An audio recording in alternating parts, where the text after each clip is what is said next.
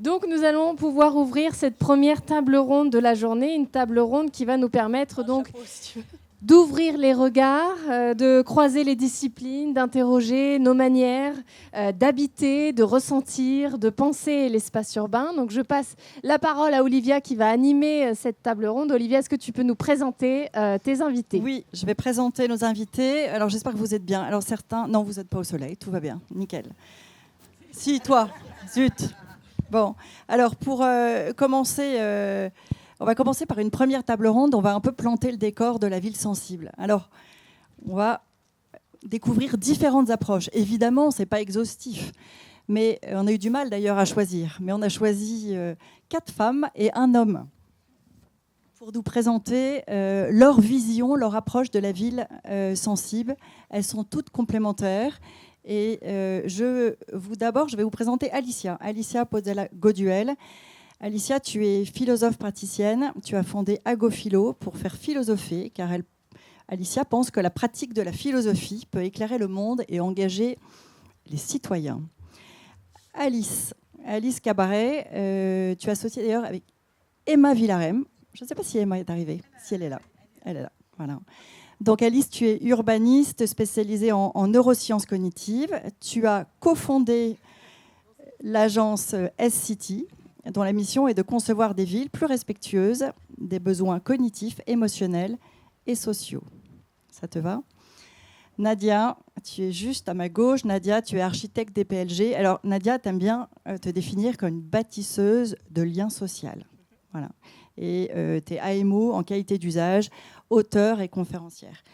Et puis Stéphanie, tu as cofondé la SCOP Atelier Popcorn. Je pense que tu es une des premières assistantes à maîtrise d'usage de Lyon. Je pense. Tu portes la question de la place de tous, mais en particulier des enfants, des plus jeunes, dans le dialogue public et leur participation. Et puis Jean-Marc Bouillon. Jean-Marc est paysagiste, entrepreneur et président de la start-up Qui veut rafraîchir sa ville. Vous en entendez beaucoup parler en ce moment, qui a été créée en 2023 pour lutter contre les dérèglements climatiques via l'aquaponcture. Voilà, et il accompagne depuis longtemps les acteurs de l'aménagement urbain. Alors on va démarrer par Alicia. Alicia, je trouvais que c'était intéressant de démarrer par une approche plus philosophique. Est-ce que tu peux nous donner ta définition de la ville sensible, s'il te plaît ? Bonjour à tous. Merci Olivia pour cette question. Alors je ne sais pas si je peux donner ma définition unique de la ville sensible. En tout cas, ce qui est évident, c'est que lorsque on parle de ville sensible, on a, on va dire, une sorte d'étonnement, une façon d'associer deux mots qui peut surprendre. On en a déjà parlé en introduction. Or, la philosophie, vous savez, on aime bien aller un petit peu questionner le sens des mots et on dit rafraîchir le sens des mots. Et lorsqu'on se penche sur l'origine du mot ville, du mot cité, de la police en grec, eh bien, en fait, on s'aperçoit tout simplement que ville et sensible doivent forcément aller de pair, puisque il n'y a pas de ville sans habitants, il n'y a pas de ville sans humains. C'est-à-dire que si on prend une métaphore qui vous éclaire un petit peu, la ville serait comme un tissu constitué des fils, et donc s'il n'y a pas de fil, il n'y a pas de tissu. Ça veut dire que la ville n'est pas un contenant qui pourrait être déshumanisé, c'est un contresens, en tout cas au sens de l'origine de ce mot, que de parler de ville déshumanisée, et on voyait tout à l'heure en introduction dire qu'il fallait réhumaniser la ville. D'un point de vue strictement de la cohérence et du sens, ça n'a pas de sens de dire quelque chose comme ça, puisqu'une ville sans habitants, ça n'existe pas. De fait, on peut immédiatement se poser la question, en deux questions en tout cas. D'abord, pourquoi est-ce qu'on a si éloigné le mot ville de la sensibilité, puisque, on vient de le dire, a priori, il n'y a pas de ville sans êtres humains et que donc la sensibilité fait partie intrinsèque de la ville. Et puis peut-être la deuxième question qu'on peut se poser, c'est par quoi est-ce qu'une ville sensible a été remplacée durant tout ce temps et pourquoi est-ce qu'aujourd'hui on revient à cette question de ville sensible. Donc pour répondre plus synthétiquement à ta question, je dirais qu'une ville sensible, eh ben, c'est une tautologie, c'est une lapalissade, et que ce qui est intéressant aujourd'hui peut-être, c'est de se demander comment faire pour que ça ne le soit plus, c'est-à-dire comment faire pour que la sensibilité soit partie prenante de la ville. On reviendra sur cet antagonisme dans une deuxième question. Moi, c'est exactement ce que j'ai en tête depuis le début. Je me suis toujours dit que la cité étant peuplée d'êtres sensibles, elle est de fait sensible. Donc merci Alicia pour cette première réponse. Alors, on va s'intéresser maintenant à la partie sciences neurocognitives. Alors juste, oui, j'aimerais bien que déjà tu présentes, parce que je ne suis pas sûre que tout le monde ait une idée très précise de ce que ça représente. Bien sûr, bonjour à toutes et à tous. Donc moi je suis Alice Cabaret, je suis cofondatrice de l'agence Science and the City, ou City, avec Emma Villarem qui est aussi présente ici. Moi je suis urbaniste. Les autres cofondateurs et cofondatrices de Science and the City, ce sont des personnes issues de la recherche en neurosciences, en sciences cognitives, en sciences du comportement. Et donc que sont les sciences cognitives ? C'est un champ disciplinaire qui regroupe différentes disciplines comme la philosophie, la psychologie, les neurosciences, l'intelligence artificielle, la linguistique, l'anthropologie. Et en fait, ces sciences cognitives, elles nous permettent de mieux comprendre les mécanismes de la pensée, des émotions et du comportement. Alors, quand on travaille dans l'urbanisme, c'est forcément très intéressant de pouvoir mobiliser ces sciences cognitives pour mieux comprendre et améliorer nos environnements urbains. Est-ce que tu peux, dans la foulée, nous donner ta définition ? Parce qu'on en a échangé ensemble, mais... Allez. Définition de la ville sensible. Oui, ça serait quoi ta définition ? Alors, la ville sensible, pour moi, c'est une ville qui doit être attentionnée, c'est-à-dire qui doit faire attention à la fois à nos émotions, à nos perceptions, elle doit les prendre en compte, ou les reprendre en compte, comme on vient d'en parler. C'est une ville aussi qui doit prendre en compte les besoins cognitifs et sensoriels de différents types d'usagers de la ville. Et en fait, on a tendance à peut-être mettre de côté des usagers selon leur âge, leur genre ou leur vulnérabilité à un certain moment. Donc pour moi, la ville sensible, elle prend cela en compte aussi. Et puis au-delà des besoins, on va dire humains, c'est aussi une ville qui s'intéresse aux besoins non humains et qui intègre en fait une réflexion sur le vivant dans son ensemble. Alors comment ça nous aide aussi à comprendre concrètement la ville et comment on accompagne aussi la fabrique de la ville grâce à ces sciences ? Ces sciences, effectivement, elles nous permettent non seulement de comprendre la ville, mais aussi de pouvoir agir. Je crois que tout à l'heure, tu as mentionné ce besoin d'agir, et c'est vraiment ce qui a aussi mobilisé la formation du collectif City. On voulait vraiment faire le lien entre ces deux domaines de discipline pour pouvoir établir des recommandations et transformer notre environnement urbain, à partir de la recherche issue de la littérature scientifique la plus récente, on va dire, mais aussi des analyses de sites. Donc les sciences cognitives, elles nous permettent de comprendre mieux l'environnement urbain en faisant appel, par exemple, à des outils comme des cartes émotionnelles, des cartes sensorielles qu'on fait depuis des années, des entretiens quantitatifs, qualitatifs sur place, et puis, comme je le disais aussi tout à l'heure, la mobilisation de la littérature scientifique qui est de plus en plus riche sur ce sujet et qui mérite justement d'être intégrée de manière très opérationnelle à des projets. Merci beaucoup Alice. Maintenant, je vais m'adresser à toi Nadia. J'ai été très touchée par ton approche en tant qu'architecte, je dirais même architecte de la ville inclusive. On s'est rencontrés sur un événement organisé par l'atelier Emmaüs, ici d'ailleurs. Et je suis allée te voir tout de suite à la fin de la conférence en disant il faut que tu rejoignes notre aventure. D'ailleurs, tu as rejoint le comité scientifique, je te remercie.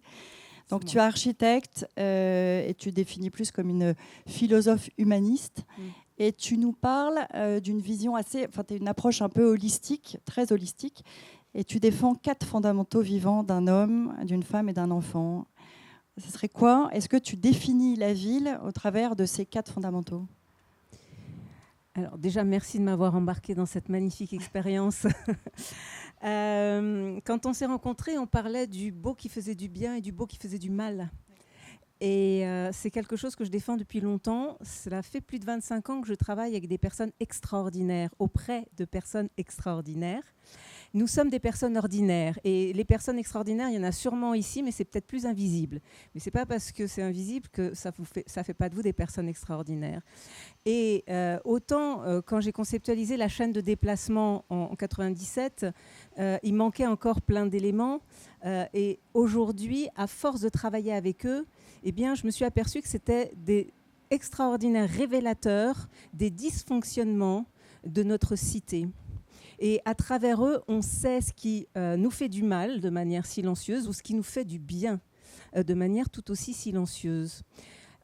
est venue forcément par la suite cette analyse de l'humain qui veut que nous soyons tous, avant d'être vieux, petits, enfants en situation de handicap, lettrés, illettrés, du nord, du sud, de l'est, de l'ouest de la planète, nous sommes tous profondément habités par le besoin de biophilie, mais la biophilie redéfinie à travers le prisme des personnes extraordinaires pour aller au bout du mieux-être. Nous avons tous besoin fondamentalement de philokalie. La philokalie n'étant pas seulement le beau, mais le beau qui nous fait du bien, en opposition au beau qui nous fait du mal, aux rues qui nous font du mal, aux murs qui nous font du mal, parce que le beau peut faire mal. Et nous avons tous besoin fondamentalement d'être en relation avec l'autre, toujours de la même manière, à travers leurs yeux. Qu'est-ce que ça veut dire être en relation ? Et en fait, ça vient chercher ce que nous ne savons pas exprimer, mais que nous ressentons, qui nous met en mouvement et qui nous met en saison tout au long de la journée. Et enfin, nous sommes tous pluriels, c'est-à-dire que nous avons 10, 20, 50, 70 ans. Nous n'avons pas les mêmes besoins, nous n'avons pas les mêmes corps, nous n'avons pas les mêmes sensibilités, nous n'avons même pas les mêmes opinions. Et tout cela, bien, la cité, tant qu'elle ne va pas y répondre, ne sera pas suffisamment sensible. Donc je pourrais développer des heures, mais je vais peut-être m'arrêter là. Tu développeras un petit peu plus après. Donc si on respecte ces 4 fondamentaux, mais tu les développeras encore un peu plus, on se fait du bien. Oui. Alors, je m'adresse à toi maintenant, Jean-Marc. Jean-Marc, nous, on pose un peu le même constat, que la ville est devenue aujourd'hui notre environnement naturel, le premier environnement naturel de l'homme, parce qu'on parle de la moitié de la planète, mais maintenant c'est 2/3 de la planète qui vivent en ville, dans certains pays qui naissent et meurent en ville. Est-ce que tu vas nous définir ta ville sensible ? Toi, en tant que paysagiste, est-ce que j'imagine que tu vas dire que la ville doit être plus verte, mais je sais que c'est beaucoup plus complexe que ça pour toi. Oui, alors quand on dit que la ville, c'est l'environnement naturel de l'homme, c'est un peu paradoxal, hein, parce que quand on voit l'espèce de truc techniciste qu'on a produit, ce que je voulais dire surtout, c'est le premier écosystème de la race humaine, en fait, la ville. Hein. Il y a 80% des Français qui habitent dans une aire urbaine. Et voilà, donc la question, c'est comment on rend cet écosystème si particulier, si artificiel, le plus naturel possible. Et est-ce que le fait de le rendre naturel ne contribuerait pas justement à cette ville sensible à laquelle on aspire ? Alors moi, j'aime beaucoup la notion du beau qui fait du bien, du beau qui fait du mal, parce que ça s'applique vraiment au métier de la conception, à tous ceux qui fabriquent la ville. Et une ville sensible, c'est celle qui est justement peut-être capable de faire la différence dans le choix des conceptions, dans le choix des projets, des concours, etc., entre ce projet si beau qui va faire du mal et ce projet peut-être un peu moins beau, mais qui va faire tant de bien. Et je trouve qu'à Lyon, il y a des traces de cette sensibilité qui existe. Déjà, alors moi, je vais plaider un peu pour ma paroisse, celle des paysagistes concepteurs. Il y a quand même en France la réalité des 30 dernières années, l'émergence des plus beaux bureaux de paysage français sont partis de Lyon. C'est-à-dire qu'il y avait cette sensibilité à la nature, mais pas à la nature naturelle hors la ville, à ce besoin de nature dans la ville. La ville sensible, je dirais aussi, c'est une ville qui est capable de penser que faire des assises de la ville sensible est une chose intéressante et de les réussir. C'est aussi une preuve de sensibilité, de maturité par rapport à cette sensibilité-là. Alors, oui, puis je suis trop bavard, mais nous, c'est compliqué pour nous, parce que moi, ça fait 40 ans que je bosse pour la ville, dans la ville, avec la nature, et on a vu cette sensibilité par rapport à, cette compréhension du rôle de la nature évoluer, assez fortement. Hein, nous, moi, j'ai commencé, on était accessoires du projet. Hein, on nous appelait s'il y avait encore un peu de temps, s'il y avait encore un peu de moyens, s'il restait un peu de place, etc. On a vu une progression dont on est assez fiers. On est devenus complémentaires. Hein, c'est une petite progression, c'est pas top. On a été en passant compensatoire, c'est-à-dire qu'on avait le droit de détruire quelque chose, mais il fallait compenser. Voilà. Et puis nous, ce qu'on ressent aujourd'hui, c'est qu'on est en train de devenir essentiel. Et donc, je suis ravi de vivre ce moment-là, où la nature va être mieux comprise un peu dans tous les sens. J'avais envie de faire un parallèle avec la question du début de Jérôme sur le smartphone. On ne s'était pas rendu compte à quel point le smartphone était essentiel à notre vie. On va se rendre compte à quel point la nature va être essentielle à nos vies. Voilà. Tu parles de nature, infrastructure, mais tu en parleras après. Je m'adresse à toi maintenant, Stéphanie Cani. Je disais tout à l'heure que tu es une des premières AMU, assistance et maîtrise d'usage, pour ceux qui ne connaissent pas ce terme. Tu es finalement, les AMU sont un peu le porte-parole, médiateur des futurs occupants, les utilisateurs d'un lieu.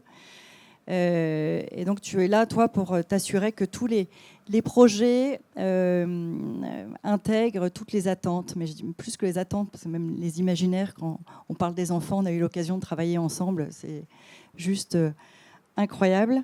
Ça serait quoi, toi, ta définition de la ville sensible avec ce prisme-là ? Alors, c'est vrai que je rejoins beaucoup d'éléments qui ont été dits par les collègues à côté. La ville sensible, pour moi, elle prend forcément en compte la question du vivant, de l'altérité, de ce rapport à l'autre qui est finalement à construire. Notre ville sensible, elle est hospitalière, elle sait ralentir.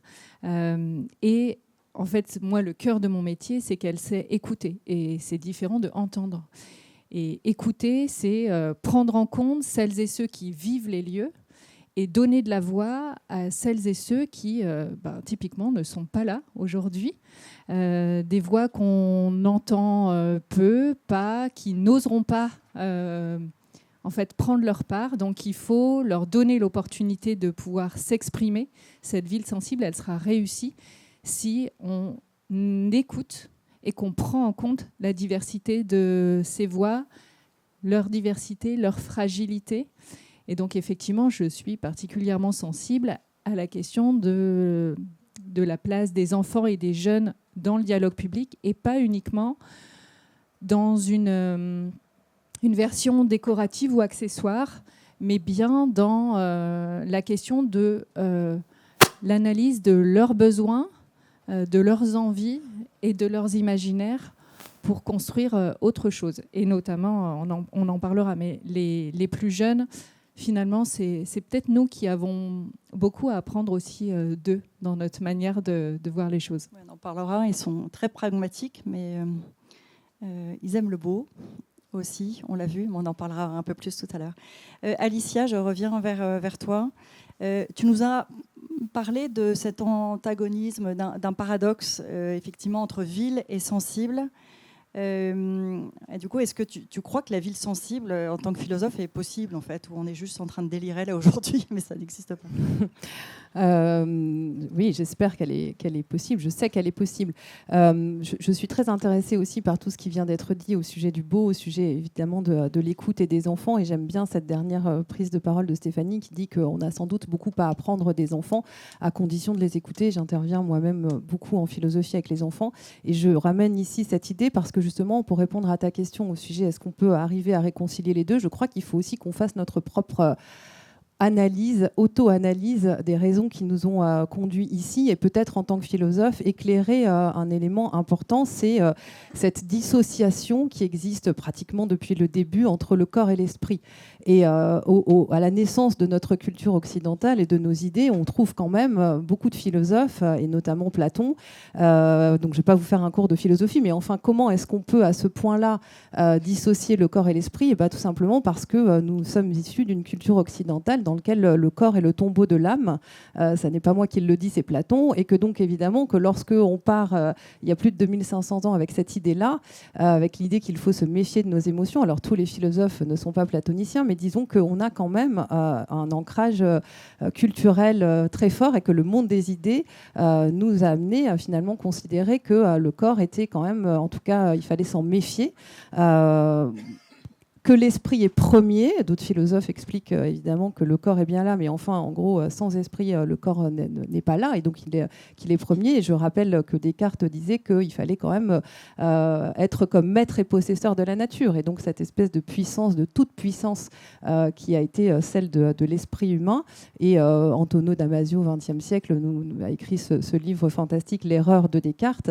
Et l'erreur de Descartes, c'est évidemment d'avoir placé l'esprit au-dessus de tout. Et il n'est pas le seul à avoir commis cette erreur. Et donc je crois qu'aujourd'hui, et notamment avec les neurosciences, mais pas seulement, nous sommes aussi à un moment de l'histoire de la pensée où évidemment nous remettons en cause ce genre de choses. Et en tout cas, nous essayons de montrer que les émotions sont, si ce n'est première, en tout cas, c'est pas une course, mais très complémentaire. Et puis aussi, je voudrais juste attirer votre attention sur quelque chose d'un peu anecdotique, mais qui est quand même très parlant. C'est que lorsqu'on parle notamment de connaissances, on utilise toujours le vocabulaire de la vision.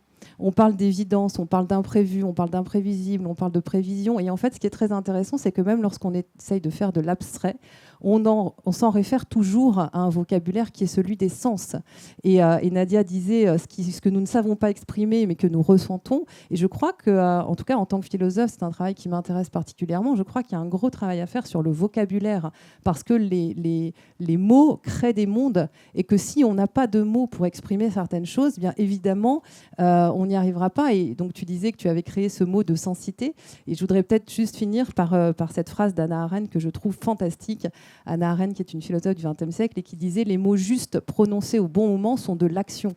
Il faut arrêter de croire que parler, ça n'est pas agir. Il faut parler avec les bons mots, et il faut, en tout cas pour bien agir, avoir réfléchi et avoir dialogué auparavant. Juste une dernière question, je n'avais pas forcément prévu de te la poser, mais on parlait tout à l'heure de Smart City. Et à Lyon, on a été baigné dans cet univers de la data, et puis finalement très technocentré. Comment et je crois qu'on l'avait évoqué ensemble, toutes les deux, tu vois ça comment, toi? On a un peu oublié les corps dans tout ça.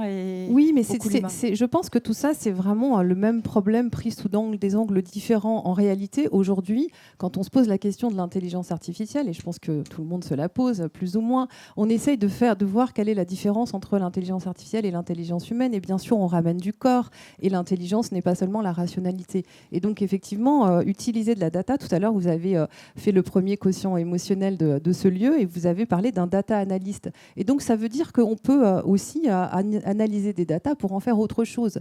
Et la question, c'est quelle est l'intention derrière. Moi, je travaille beaucoup aussi en philosophie éthique, et notamment autour de l'intelligence artificielle.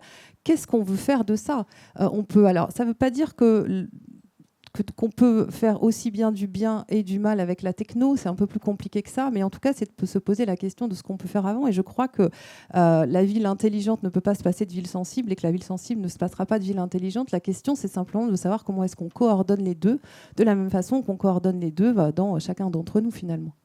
Merci Alicia. Et d'ailleurs, je vous présenterai Lise Bourdelepage tout à l'heure, qui nous a accompagnés sur ce quotient émotionnel, parce que sans citer, on avait envie d'en faire un outil très pratique, qui pouvait pour servir, pour aider aussi les acteurs de la fabrique de la ville.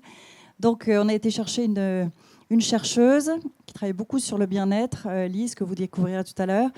Et la première question, je me vois encore au téléphone en disant: est-ce que tu peux nous aider à en faire un quotient scientifique, d'amener du scientifique dans quelque chose qui est, pour beaucoup de gens, complètement immatériel, et quand on parle des émotions, qui est à l'opposé de tout ça. Donc, juste pour rebondir sur ce que tu viens de nous exprimer.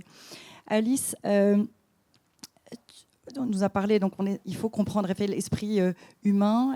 Comment on fait le pont, en fait, entre ces sciences cognitives et puis l'urbanisme?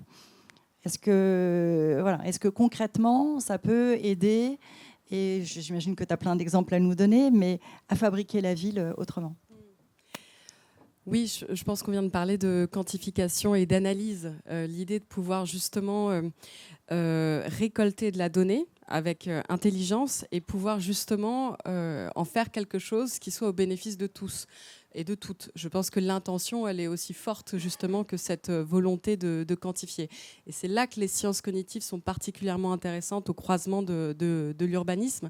À l'échelle, en tout cas, de notre agence, Science and the City, je dirais qu'on est toujours confronté aussi à cette question de, très bien, on voudrait développer des outils scientifiques, mais chaque cas nous est différent. Chaque cas nous fait poser davantage de questions sur à quel point est-ce qu'on peut aussi appliquer ces outils à différentes situations. Et on est aussi très vigilante quant à l'intégration d'outils scientifiques dans nos recommandations. C'est à la fois quelque chose de très utile et quelque chose qui est toujours en travail, enfin, sur lequel on fait un travail constant. De manière très concrète, comme je le disais tout à l'heure, on peut développer des cartes émotionnelles et sensorielles. Là, ce qui est intéressant, c'est qu'on collecte de la donnée auprès d'usagers et d'usagères du territoire. On fait avec eux et avec elles des parcours. On mesure leurs différentes émotions, par exemple, par rapport à un espace urbain. En tant qu'urbaniste, je trouve que ça donne des données vraiment très intéressantes de compréhension très fine de l'expérience d'un espace urbain aussi en fonction du profil de l'usager et de l'usagère. Puis non seulement on collecte des données, mais on fait aussi un travail de sensibilisation, puisque les gens qui ont fait un parcours ensuite avec nous, c'est un de nos outils, sont ensuite plus conscients et plus conscientes de leur environnement urbain. Et au-delà ensuite de l'intégration de nos recommandations, aussi basées sur la littérature scientifique, dans nos, on va dire, des cahiers des charges ou des prescriptions auprès des maîtrises d'œuvre, on fait beaucoup d'actions de sensibilisation aussi, des conférences, des marches sensorielles collaboratives, et on pense que c'est très important pour justement pouvoir mobiliser tout le monde sur ce sujet. Merci Alice. Je reviens sur les enfants. Stéphanie, quel regard portent les enfants en fait, sur la ville ? Je l'avais un peu dévoilé tout à l'heure, mais tu as plein de choses à dire sur le sujet. En l'occurrence, eux sollicitent de manière très spontanée leur sens. C'est-à-dire que les premiers retours, quand on fait un diagnostic d'usage d'un lieu avec eux, très spontanément, ils vont nous faire des retours sur ça sent bon, ça sent mauvais, je me sens bien, il y a quelque chose qui me dérange ici. Ils vont être beaucoup aussi dans l'empathie, c'est-à-dire qu'ils vont être sensibles à la place de chacun et chacune, et qui d'ailleurs, l'autre n'étant pas forcément un enfant. Alors certes, ça peut être le camarade qui... je dis souvent, c'est casser la jambe et du coup, il pense spontanément à lui parce qu'il va avoir du mal à accéder à un lieu. Mais ils vont être sensibles aux voisins ou à la voisine qui est plus âgée, à leurs parents, à leurs grands-parents. Et cette sensibilité-là, à la fois savoir mobiliser leurs différents sens. Ils vont être attentifs aux matières, ils vont être attentifs aux couleurs, ils vont être attentifs aux odeurs, ils vont être attentifs effectivement à la question du beau. Et notamment, enfin, je pense que Jean-Marc t'en parlera, mais la place du vivant est très importante pour eux, et notamment dans leur ville sensible. Alors, ils ne voient pas la même chose, tu nous disais, c'est rigolo. Oui, c'est ça, c'est que certes, ils vont être attentifs à la... Alors, ils sont moins affectés par l'effet de la chaleur, ils vivent très très bien ces périodes de chaud, beaucoup mieux que nous, adultes. Ils vont chercher l'ombre spontanément, mais pour autant... la question du végétal, pour eux, elle n'est pas uniquement l'arbre. L'arbre, pour eux, si on se place à hauteur d'un enfant de 6 ans, en fait, ils voient le tronc. C'est intéressant, un tronc, mais en fait, ils ont du mal à lever la tête, et donc ils vont être très sensibles, par contre, à la question des arbustes, des haies, de la strate basse, de la variété des couleurs à leurs pieds, à la variété des matériaux sur lesquels ils peuvent marcher, s'ils peuvent enlever leurs chaussures. Et cette question de la place du vivant, ils vont être aussi attentifs à qui habite autour de nous, où les oiseaux vont pouvoir s'installer, est-ce qu'il y a des insectes, est-ce que on peut faire venir une petite faune autour de nous. Et ce rapport-là à la ville sensible, on n'a pas besoin d'aller très très loin dans la sensibilisation aux enjeux, parce que très vite, ils comprennent de quoi on parle, de la préservation de la ressource en eau, de cette fraîcheur qui est nécessaire pour que tout le monde soit bien, de la préservation de nos différents habitats. Et donc, je dis en ça qu'on a beaucoup à apprendre d'eux parce qu'ils sont connectés à leur sens. On parle des enfants. Je sais qu'on a travaillé sur une expérimentation ensemble il y a quelques années. Tu nous avais conseillé, de mémoire, c'était avant la 6e, il y a une fraîcheur malheureusement qu'on perd. Et c'est quoi la limite d'âge? C'est complètement dingue de se dire ça. Ouais, nous, on travaille avec des enfants à partir de 3 ans et jusqu'à 99 ans. 99 ans, des fois, on a encore un enfant. Non, en vrai, c'est vrai que plus on grandit et plus on intègre un certain nombre de normes, de codes, d'interdits.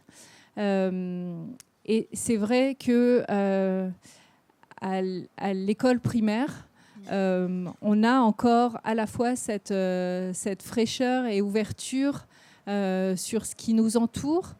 C'est les premiers, en fait, à partir du CM1, CM2, c'est les premiers espaces de liberté, les premiers petits trajets qu'on peut faire en autonomie. Et donc, les enfants vont être très ouverts sur ce qui les entoure, sur ce qui se passe autour d'eux, sur les questions de partage de l'espace public, sur, du coup, leur trajet pour aller à l'école tout seul. Et c'est vrai qu'une fois arrivés au collège, là, ils gagnent en autonomie et pour autant, ils perdent beaucoup de choses. Ils perdent en fait, leur autonomie est bridée par une somme d'interdits qui fait que petit à petit, ils deviennent des adultes avec beaucoup de freins dans leur capacité à imaginer des choses. Et donc, ils vont souvent nous dire « ça, on aimerait bien, mais ce n'est pas possible ». Bon, alors, est-ce qu'on se dit que... oui, non, mais il y a un problème, mais pas vraiment, parce que je sais que Stéphanie a travaillé, entre autres, à la Confluence sur le cahier des charges, a travaillé avec la SPL Confluence. Tu pourras peut-être nous en parler, Samuel, tout à l'heure, mais ils ont été très investis en amont, très en amont du projet. Et j'ai trouvé ça, et les gens ne le savaient pas, c'est complètement dingue d'ailleurs. Il faut communiquer là-dessus parce que c'est fou.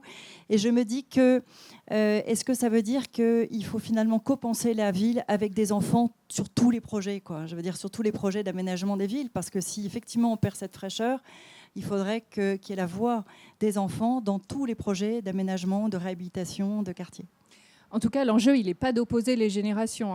Sonia Lavedino le dit bien dans sa ville relationnelle, elle est bien de composer avec cette diversité des âges. Mais il est évident que pour nous, la place des enfants dans ce dialogue de construction des projets, elle est essentielle dans tous les lieux qu'ils fréquentent et pas uniquement dans les lieux où ils sont attendus. C'est-à-dire qu'en France, on aime bien demander l'avis des enfants sur leur cours d'école, sur leur école, le parvis devant l'école, allez, l'aire de jeu. Et puis après, le reste, c'est les grands qui décident, quoi. Alors que leur regard et leur perception, effectivement, moi, je pense qu'elle est essentielle. Et il y a une forme d'urgence. Exactement. Vraiment.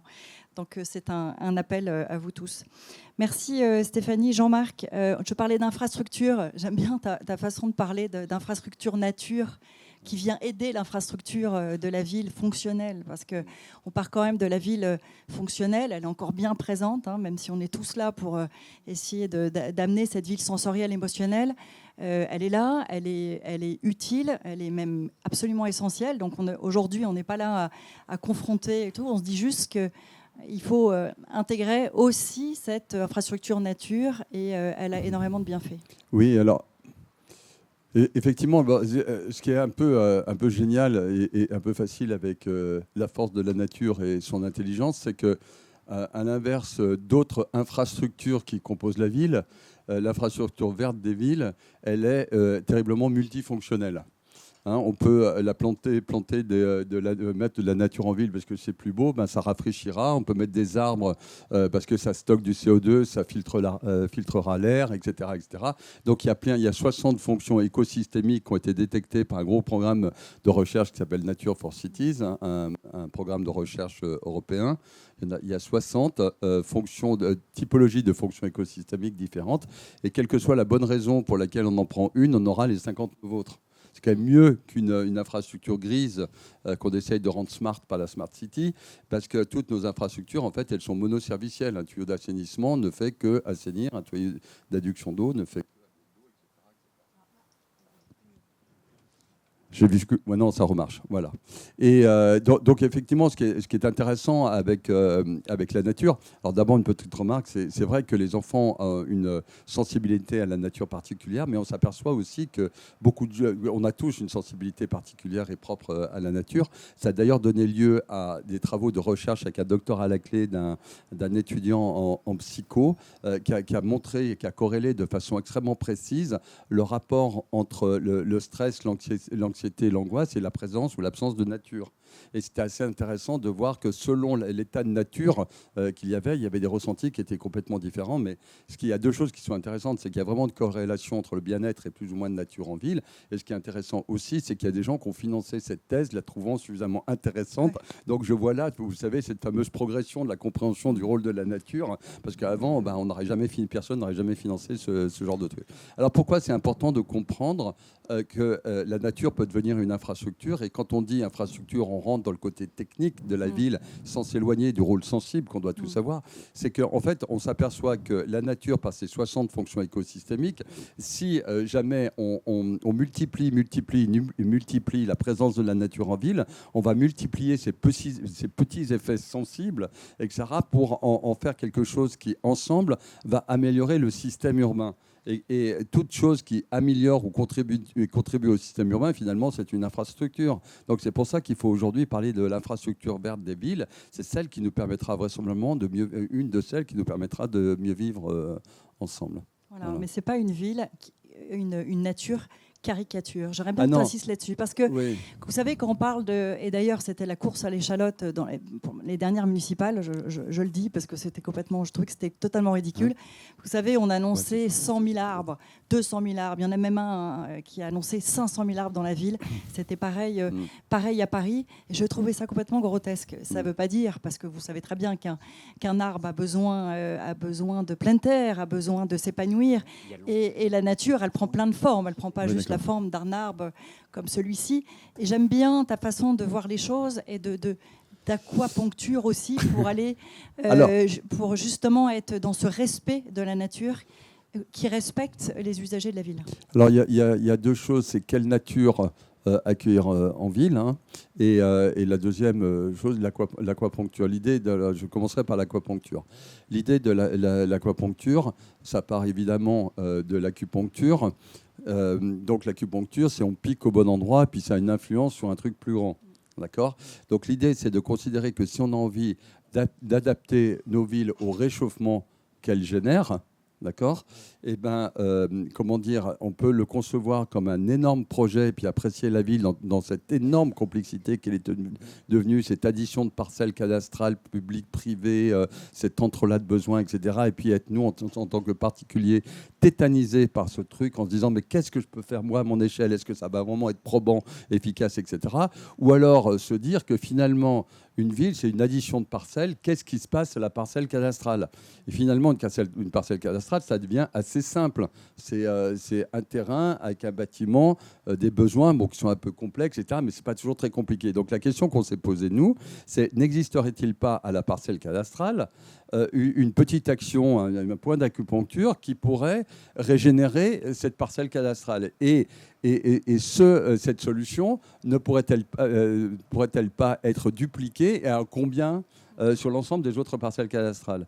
Et donc on a imaginé que pas d'eau, pas de végétaux, que finalement, si on était capable de trouver un binôme, une surface imperméable qui collecte de l'eau de pluie qui intercepte, est-ce qu'on ne pourrait pas la diriger vers un espace vert qui existe, qui est déjà là ou qui est facile à créer ? Et est-ce qu'on ne pourrait pas le mettre très légèrement en creux parce qu'il va pleuvoir plus vite que le sol de bois, donc il y a un moment de stockage. Et quand on la stocke pas n'importe où, dans un endroit où on peut planter un arbre. Et du coup, chaque fois qu'il va pleuvoir, même une petite pluie, cet arbre qui souffre tant du réchauffement de la ville va bénéficier non pas d'un petit arrosage, mais d'un arrosage massif, parce qu'il va bénéficier des 100 mètres carrés de toiture, des 50 mètres carrés de terrasse ou des morceaux d'enrobés, etc., etc. Ça, c'est ça l'aquaponcture. Et ce qui est intéressant dans l'aquaponcture, c'est que finalement, on a tous chez nous des points d'aquaponcture. On a tous chez nous et c'est important de le comprendre, répartition du foncier en ville, c'est entre 70-80% du foncier des villes, c'est le nôtre, c'est celui de nos maisons, de nos copropriétés, de nos ateliers, de nos commerces, de nos entreprises, etc. Et 20 ou 30%, c'est le foncier public, celui qu'on partage, d'accord ? Et on se rend bien compte qu'aujourd'hui, toutes les politiques d'adaptation des villes au réchauffement climatique sont le fait des pouvoirs publics sur le foncier public. Et nous, qu'est-ce qu'on fait ? Comment on coopère ? Comment on se met en mouvement tous ensemble ? Et ben pour se mettre en mouvement, ce n'est pas une entreprise impossible, c'est un point d'aquaponcture. On a tous un point d'aquaponcture, il faut juste nous aider à le faire. Et ça, c'est la fonction de Qui veut rafraîchir sa ville, cette start-up lyonnaise qu'on essaye de propulser, de faire démarrer, etc., de comprendre. Et juste sur la nature, parce que la question était aussi celle-ci, il faut arrêter de fantasmer sur la nature. Aujourd'hui, il y a une urgence en ville. Donc, quelque part, comment dire, oui, il faut être précautionneux de la nature hors la ville, mais il faut surtout être précautionneux de la nature en ville et se poser la question, faut-il continuer à aménager nos villes pour la nature ou faut-il aménager les villes par la nature ? Et la finalité, c'est si on choisit en grand nos solutions végétales comme nos points d'aquaponcture, comme des plantations, etc., finalement, on va servir la biodiversité. Mais quelle biodiversité ? Parce que nous, alors je ne veux pas ouvrir la brèche parce que je n'ai pas le temps de l'expliquer, mais c'est quand même curieux qu'on a mis en place une politique du végétal local et que tous les professionnels du végétal en France la combattent. Si on se pose la question de comment se fait-il qu'on ait imaginé un truc qu'on a mis, on en était ravis dans la loi, hein, ce rôle de la nature s'inscrit progressivement dans la loi, donc elle progresse dans la société, et les professionnels, etc. Voilà.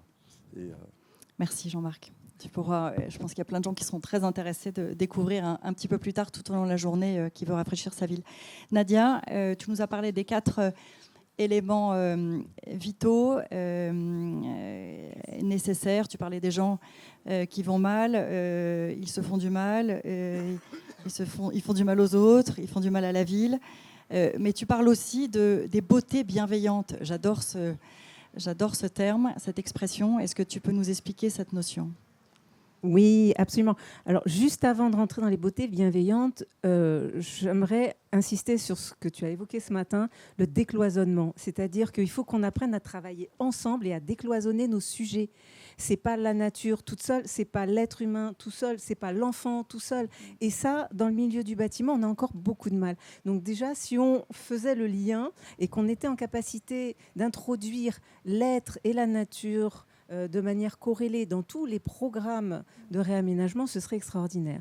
Alors évidemment, le bien, le beau bienveillant. Je vais vous demander un petit quelque chose. En fait, j'aime bien écouter avec les yeux et regarder avec les oreilles.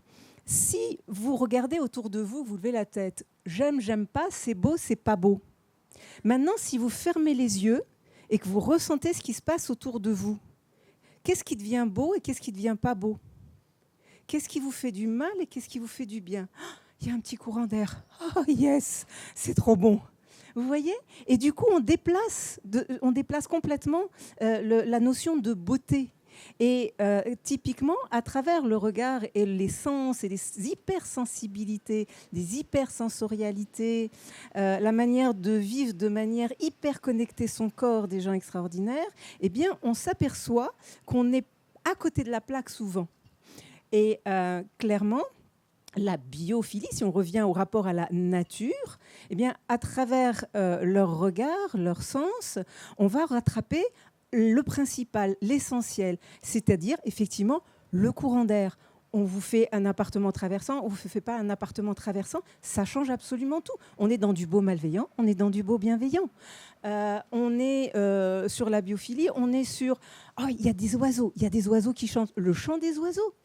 Entendre des oiseaux. Aujourd'hui, scientifiquement, en plus, c'est prouvé. Il y a 20 ans, quand je disais ça, tout le monde me disait, bon, redescends de la planète Mars, s'il te plaît. Mais maintenant, ça y est, depuis le Covid, on a cette chance d'être entendu et écouté. Il y a une accélération sur ces besoins identifiés. On ne les identifiait pas et maintenant, on les identifie. Donc, la philokalie, vous voyez, ça nous emmène vers le brumisateur, le chant des oiseaux, le courant d'air. Le beau, ça se rejoint. Du coup, on n'est plus obligé de défendre bec et ongles. On n'est plus sur de l'écologie punitive. On se rend compte qu'on en a besoin et qu'on vit avec. Donc, on déplace complètement les curseurs quand on passe par l'hypersensible. Ce qui est très intéressant avec l'hypersensible, dans le beau bienveillant, c'est qu'il pointe du doigt systématiquement tous les dysfonctionnements, comme je disais tout à l'heure, mais ces dysfonctionnements qui nous mettent en colère. Ça, c'est très important. C'est-à-dire qu'autour de nous, le beau malveillant ou la nature malveillante, parce que si on a 3 arbres et qu'effectivement ça n'a pas de sens, on est mis en colère quand même, on est mis en échec. Et nous, c'est une manière délétère, subtile. Plusieurs fois dans la journée, on va subir le petit truc qu'on ne ressent pas de manière exacerbée comme eux. Eux, ça les arrête net. Donc à chaque fois qu'ils sont arrêtés net, c'est qu'il faut qu'on regarde, à chaque fois qu'il y a une crise, il faut qu'on regarde et il faut qu'on se repose la question. Et c'est vrai que clairement, quand on admet qu'on est pluriel de 0 à 110 ans, on va dire, parce qu'avant c'était 7 à 77, clairement, pareil, on a intégré les besoins de chacun, on a regardé le monde à travers les yeux du petit, du grand, du moyen, du gros, les assises diversifiées, les chaises diversifiées. Vous n'avez peut-être pas fait attention, mais dans la salle de réunion, on a joué le jeu hier. On vous a mis des assises avec accoudoir. On vous a mis des pointes de couleur un peu partout au milieu du noir, parce que c'est ça, la beauté bienveillante. La beauté bienveillante, c'est la diversité. C'est nous respecter chacun dans nos singularités. Et nous sommes tous singuliers. Nous avons tous un corps différent, des émotions différentes, des subtilités différentes. Et ça a tendance à faire peur au milieu de la construction et de l'urbanisme. C'est une erreur, parce que quand on les aborde correctement, on arrive à créer des environnements de vie absolument délicieux à vivre. On le verra tout à l'heure, d'ailleurs, pour rebondir sur la diversité. On l'a vu sur les tout premiers quotients émotionnels, et entre autres sur le quartier Sainte-Blandine et le quartier du Champ, qui est... On l'a fait il y a 2 ans, mais c'était encore un quartier à constituer. La notion de diversité est incroyable. Les scores sont très, très importants à Sainte-Blandine. Très positifs, mais surtout, ça génère énormément de joie dans la roue des émotions. Plus il y a de diversité, sous toutes les formes de diversité, plus les gens sont heureux. Donc, c'est prouvé scientifiquement, et donc ça fait du bien de le redire. Alissa, j'aimerais bien qu'on termine ensemble. Souvent, moi, je parle de ça depuis 5 ans. Les gens me regardent... et vous n'êtes pas tous là, parce que là aujourd'hui on n'a que des intervenants qui sont convaincus et qui appliquent aujourd'hui, qui sont des acteurs de la ville sensible depuis très très longtemps. Je regarde Marc Aurel, que vous allez découvrir tout à l'heure, qui sont vraiment des ambassadeurs de cette ville sensible. Mais souvent j'entends des promoteurs, et notamment un qui sera là tout à l'heure que j'adore, mais qui me dit: Olivia, le jour où il y aura une ligne dans le bilan, on pourra parler de ville sensible. Waouh, ça m'a un peu déprimée, je l'entends souvent. Mais là, ce qu'on est en train de se dire, et ce qu'on va comprendre toute la journée, c'est que finalement, la ville sensible est source d'opportunités. Et ça m'intéresse de voir comment toi, d'un point de vue de la philosophie, tu peux rebondir là-dessus. Et c'est toi qui conclus. Merci. Oui, la ville sensible est source d'opportunités, mais effectivement, il ne suffit pas de le dire. Et peut-être que ce qui est intéressant pour conclure, c'est de prendre conscience d'une chose, c'est que, prendre conscience ou rappeler, parce que je pense qu'on en a tous conscience, que c'est un sujet complexe dans un monde complexe. Et que donc... pour reprendre la métaphore que j'ai tissée depuis le début sur le tissu et les fils, complexe, ça vient justement du fait, ça veut dire ce qui est tissé ensemble. Et ce qui est tissé ensemble et qui finit par faire une étoffe qu'on veut souple et solide, qu'on veut robuste, et où finalement on n'arrive plus à distinguer les fils. Et la complexité, qu'est-ce que c'est voilà, en philosophie contemporaine, on parle beaucoup de complexité, et notamment, je vais citer un philosophe dont vous avez tous au moins entendu parler, qui est Edgar Morin. La complexité, c'est un monde incertain. Et on est d'accord pour dire qu'on ne sait pas bien comment tout ça va tourner. C'est un monde contradictoire, et donc ça rejoint exactement ce que tu viens de dire. On en a envie, on en a besoin, c'est beau, ça fait du bien, sauf qu'en fait, ça ne rentre pas dans le bilan. Et donc, comment est-ce qu'on peut être rentable et agréable ? Et donc, non, pour l'instant, ça ne marche pas ensemble. Et ça, c'est la complexité. Et la complexité, c'est aussi un monde émergent. Un monde émergent, c'est un monde de signaux faibles. Et ça veut dire que c'est un monde où on voit bien qu'il y a quelque chose qui est en train de se passer. Ça ne se passe pas pour tout le monde. Peut-être que certains d'entre vous n'étaient pas du tout sensibles aux points de couleur dans la salle ou au fait que les éventails aient été parfumés. Et donc, ça veut dire que certains vont être plus sensibles que d'autres et que donc, la bonne nouvelle d'un monde émergent, c'est qu'on a besoin de tout le monde. On a besoin de tous ceux qui sont là et qui sont convaincus, mais je crois qu'on a aussi beaucoup besoin de ceux qui ne sont pas là et qui s'en fichent. Parce que, en fait, ce qui est intéressant justement dans ce monde complexe, si on veut non pas sombrer dans la tentation d'une simplification, d'une pensée binaire. C'est ça la tentation, c'est dire c'est trop compliqué, on va faire simple. Et comme on va faire simple, on va ne prendre le sujet que d'un bout. Et en réalité, ce qui va faire évoluer les choses, parce qu'on ne va pas pouvoir non plus se cacher derrière notre petit doigt encore très longtemps, c'est d'embrasser cette complexité, cette contradiction, cette incertitude, ces émergences, en mettant en place des façons de travailler qui sont des façons de travailler coopérantes. Et donc, effectivement, faire avec tout le monde, faire aussi avec ceux qui ne sont pas d'accord, créer des espaces de pensée. J'ai bien aimé ce que tu disais sur le fait que quand ils arrivent au collège, ils sont à la fois autonomes mais ils se confrontent à des interdits. C'est vrai, et dans le même temps, ça fait des années que j'anime des ateliers de philosophie avec les enfants. Développer leur esprit critique dès le plus jeune âge fait qu'ils deviennent autonomes, ils font face à des interdits, mais ils sont aussi capables de les interroger, ces interdits. Et ce qui est beaucoup plus dramatique, pour ne pas dire tragique, c'est lorsqu'on a affaire à des gens qui disent « mais oui, mais ma bonne dame, c'est la règle, c'est comme ça ». Et donc oui, évidemment, ça c'est quand même très inquiétant. Donc peut-être que, je ne dis pas qu'il faut ne pas se soumettre à la règle, je pense qu'il faut continuer à l'interroger et qu'il ne faut pas confondre ce qui est interdit et ce qui est mal, ou ce qui est autorisé et ce qui est bien. Et comme on doit faire évoluer les choses, eh bien, dans cette complexité, peut-être qu'il est intéressant de faire avec tout le monde, et y compris, je crois, avec ceux qui ne sont pas d'accord. Ils ont beaucoup de choses à nous apprendre et à nous apporter. Merci Alicia pour ce mot de conclusion inspirant et positif.